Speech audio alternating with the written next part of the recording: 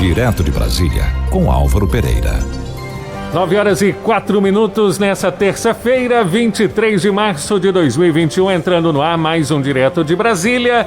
Oi, Clarice, bom dia, tudo bem? Bom dia, Pedro Cunha, bom dia a todos os ouvintes da Rádio Gerais FM. Bom dia, Álvaro Pereira, bem-vindo a mais um Direto de Brasília.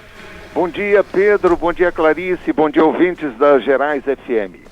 Bom dia, bom Álvaro, nesta terça-feira a gente volta a falar novamente sobre as medidas de isolamento, nas capitais, nas cidades, aí no Distrito Federal e principalmente sobre o posicionamento do presidente Jair Bolsonaro em relação a essas medidas e principalmente as medidas mais restritivas, inclusive sobre o lockdown, Como é que o presidente vê essas medidas? Ele apoia, ele não apoia, ele acha isso mais rígido? Como é que é o posicionamento do presidente em relação a essas ações tomadas tanto pelos municípios como pelos estados? Clarice, o presidente segue com dificuldade para estabelecer um plano estratégico de combate ao coronavírus no Brasil, porque isso passaria necessariamente por um bom relacionamento com os governos estaduais, com os governadores e também com os prefeitos, naturalmente. O ideal, seria que nesse plano nacional de imunização coordenado pelo Ministério da Saúde, o presidente conseguisse envolver todos os gestores públicos do Brasil. Mas isso não acontece porque ele segue numa linha de confrontar os governadores e vice-versa, porque se você adota uma política de confronto, você tem também uma reação do outro lado. Então, a política acaba prejudicando o combate que deveria ser técnico, científico, ao avanço do coronavírus no Brasil. Essa é a realidade. Infelizmente, a política está permeando a gestão da saúde pública no Brasil de forma negativa, tá certo?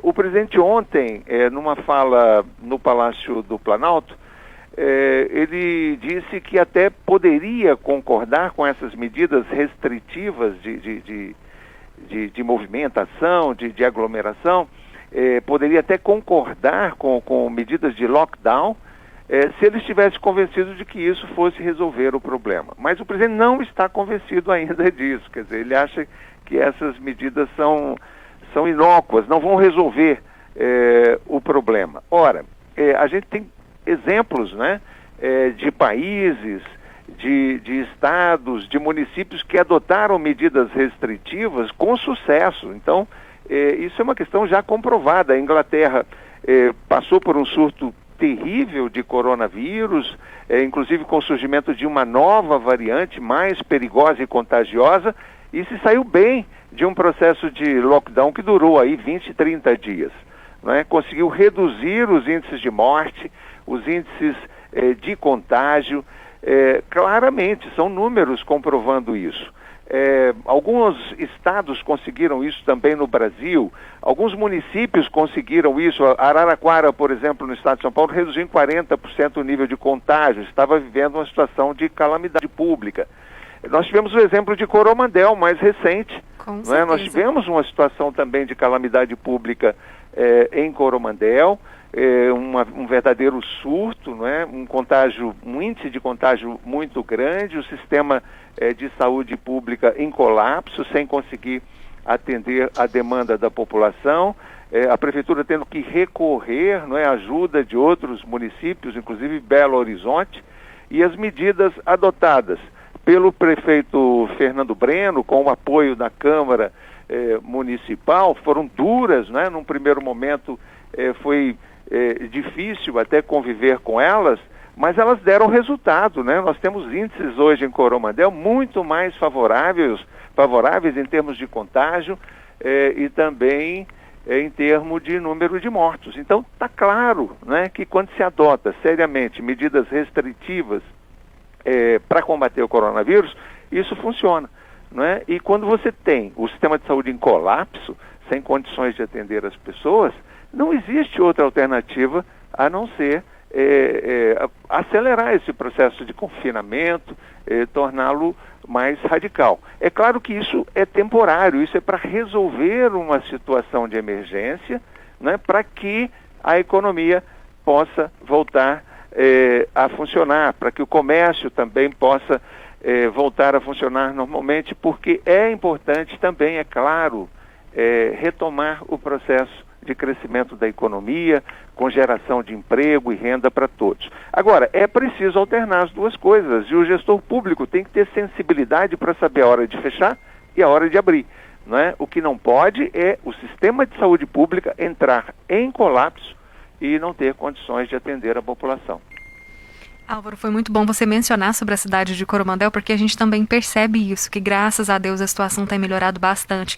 A gente aqui da Rádio Gerais também acompanhou, principalmente no mês de fevereiro, a quantidade de transferências de pacientes, né, que foram realizadas aqui para Belo Horizonte, para Montes Claros e para as outras cidades também da região, buscando salvar vidas, né? E hoje a gente vê que, graças a Deus, graças ao apoio de outras cidades, né, do governo de Minas e também da prefeitura local, a situação vem melhorando a cada dia e realmente a gente espera que possa melhorar ainda mais para a gente ter a reabertura mais gradual e mais segura do comércio, para melhorar também, além da saúde, a condição econômica da cidade aqui de Coromandel. Além disso, Álvaro, também a gente percebe que, pela gravidade da situação em todo o estado de Minas Gerais, a vacina continua sendo essencial para todos nós. Como é que está o processo aí? Por exemplo, explica para a gente um pouquinho melhor em Brasília desse processo de vacinação. Olha, em Brasília, o processo de vacinação está evoluindo muito bem dentro das limitações nacionais, né, impostas pelo Ministério da Saúde. Se não tem vacina para todo mundo, é claro que o processo se torna arrastado em todo o Brasil. Mas aqui em Brasília, se não me engano, informações de ontem, Brasília está entre as unidades da federação que estão mais avançadas nesse processo de vacinação. Está, se não me engano, em terceiro lugar no Brasil. E ontem começaram a ser vacinados aqui no Distrito Federal os idosos acima de 69 anos, quer dizer, já está naquela fase de 69 a 72 anos, já estão sendo vacinados em Brasília. Então, está bastante avançado em relação a outros estados brasileiros, a coisa está fluindo bem. E o governador Ibanez Rocha, ele adotou aqui medidas de lockdown bastante rígidas, porque nos últimos dias cresceu muito também o índice de mortos e de infectados pela doença. As UTIs estão praticamente lotadas, assim, trabalhando no limite, e ele teve que adotar estas restrições. Curiosamente, o presidente Jair Bolsonaro entrou com recurso no Supremo Tribunal Federal contra esses governadores que adotaram medidas mais radicais de restrição, inclusive toque de recolher. Ele entende que os governadores não têm constitucionalmente o direito de adotar medidas assim tão rigorosas, que só o presidente da República pode adotar essas medidas através de recursos constitucionais, como, por exemplo, o estado de sítio e outras alternativas assim de emergência, mas assim mais para conter também situações de desordem pública, certo? Não tem uma relação com a questão da saúde pública. Então, esse tipo de ação, né, que acaba atingindo os governadores, dificulta o entendimento do presidente do governo federal, do Ministério da Saúde, com os governos estaduais. Está se tentando, amanhã vai ter uma reunião importante aqui em Brasília também, do presidente Jair Bolsonaro com os presidentes dos outros poderes, legislativo e judiciário. Então o presidente deve se reunir com o presidente do Senado Federal, Rodrigo Pacheco, com o presidente da Câmara dos Deputados, Arthur Lira, deve participar também o Procurador-Geral da República, Augusto Aras, e o objetivo dessa reunião seria discutir a criação de uma espécie de pacto nacional envolvendo todos os poderes no combate ao coronavírus, no combate a esse crescimento desenfreado da doença no Brasil, que ameaça a economia, ameaça a todos, né?